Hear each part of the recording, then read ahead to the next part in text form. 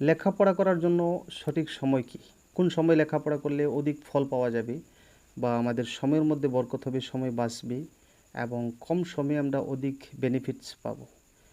এ বিষয়ে কিন্তু অনেকের জানার প্রবল ইচ্ছা থাকে এবং বিশেষ করে যারা স্টুডেন্ট, যারা লেখাপড়ার লগে জড়িত, তাদের জন্য অত্যন্ত জরুরি একটি টপিক এবং বিষয়। তবে এক্ষেত্রে বলার কথা হলো যে লেখাপড়ার জন্য কিন্তু কোনো পার্টিকুলার টাইম নাই, কোনো নির্দিষ্ট সময় নেই। এটা মানুষের হ্যাবিটস বা অভ্যাস অনুযায়ী প্রত্যেকেরই লেখাপড়ার টাইম ভিন্ন হতে পারে। কোনো মানুষের আপনার মর্নিং টাইমে লেখাপড়া করে ভালো লাগে, কোনো মানুষের আবার ইভিনিং টাইমে, কোনো মানুষ রাত্রে, কোনো স্টুডেন্ট আবার সবাই ঘুমিয়ে গেলে নীরব সময়ে লেখাপড়া করে ভালো পায়।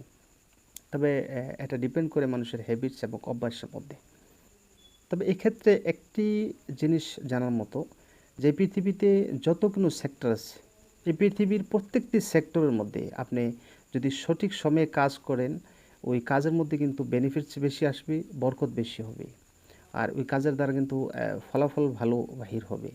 এবং সময় ছাড়া অটাইমে কাজ করলে, তবে এই কাজের দ্বারা ফলাফল বেশ পাওয়া যায় না এবং সময় বেশি স্পেন্ড হয়, বেশি সময় খরচ হয়, নষ্ট হয়। তবে লেখাপড়াটাও এমনই। আপনি যে কোনো ক্যাটাগরির স্টুডেন্ট হন না কেন, আপনি স্কুলের স্টুডেন্ট হন কিংবা তো মাদ্রাসার স্টুডেন্ট হন, আপনি মেডিকেল পড়ছেন, ইঞ্জিনিয়ারিং করছেন কিংবা তো বিজনেস পড়ছেন, এমবিএ করছেন, যে কোনো সিচুয়েশন, যে কোনো পরিস্থিতির আপনি স্টুডেন্ট হন না কেন, আপনার জন্য অত্যন্তই জরুরি যে সঠিক সময় নিজের হ্যাবিটস এবং নিজের চাহিদা অনুযায়ী একটি ভালো সময়কে সিলেকশন করা আর ওই সময়ের মধ্যে লেখাপড়া করা। তবে এক্ষেত্রে আমি আমার নিজের পক্ষ থেকে একটি সুন্দর রুটিন আপনাকে দেব। সেটা হলো একদম সিম্পল, কম সময়ের মধ্যে। সেই রুটিনটি হলো, আপনি যদি একজন বিদ্যার্থী, স্টুডেন্ট, তবে আপনার জন্য অত্যন্ত জরুরি যে আপনি রাত্রে খুব তাড়াতাড়ি ঘুমিয়ে যান। রাতের খানা খেয়ে হয়তো 9টার থেকে 10টার ভিতরে আপনি ঘুমিয়ে যান। 10টার থেকে নিয়ে আপনি 3টা পর্যন্ত 5 ঘন্টা ঘুমিয়ে আপনি 3টাতে উঠে যান। যদি আপনার 5 ঘন্টা ঘুমিয়ে হচ্ছে না, তবে 6 ঘন্টা ঘুমান, 4টাতে উঠে যান। 4টার থেকে নিয়ে 8টা পর্যন্ত, সকাল মর্নিং 8টা পর্যন্ত 4 ঘন্টা। 3টার যদি উঠতে পারেন তো 3টার থেকে নিয়ে 8টা পর্যন্ত এখানে 5 ঘন্টা।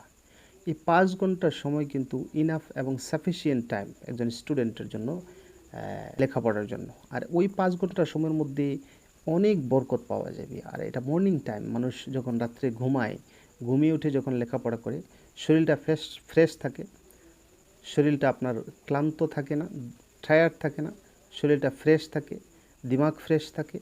তাজা তাজা যখন সে স্টাডি করে পড়ে, তখন ওই সময়ে কিন্তু এই লেখাপড়াটা অনেক একটি আপনার ফায়দা দেয় বা এর দ্বারা অনেক দীর্ঘ মেয়াদি হয়ে যায়, দীর্ঘকাল এটা লাস্টিং করে। এর দ্বারা কিন্তু অনেক ভালো ফলাফল করা যাবে। তবে বেস্ট সময় হলো মর্নিং টাইম। একজন মানুষ রাত্রে ভালো করে ঘুমিয়ে সকাল টাইমে যদি কোনো স্টুডেন্টে লেখাপড়া করে, তবে ওই স্টুডেন্টে কিন্তু লেখাপড়ার মধ্যে সর্বদা আগে থাকবে, এতে কোনো ডাউট নেই। আমাদের সাথে হয় কি, আমরা আসলে রাত্রে অনেক রাত পর্যন্ত মেহনত করি, স্টাডি করি, লেখাপড়া করি এবং সকালে যে বরকতময় সময় মর্নিং টাইম, সে সময় আমরা ঘুমাই। এটা অত্যন্ত একজন স্টুডেন্টের জন্য ভুল কাজ।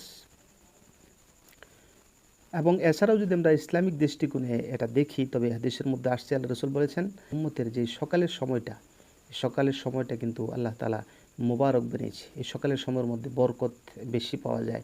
তবে এটা বরকতের টাইম এবং আপনার নিজের বডিটাও ফ্রেশ থাকবে। থেকে ভালো এবং বেস্ট হলো যে মর্নিং টাইমে লেখাপড়া করা।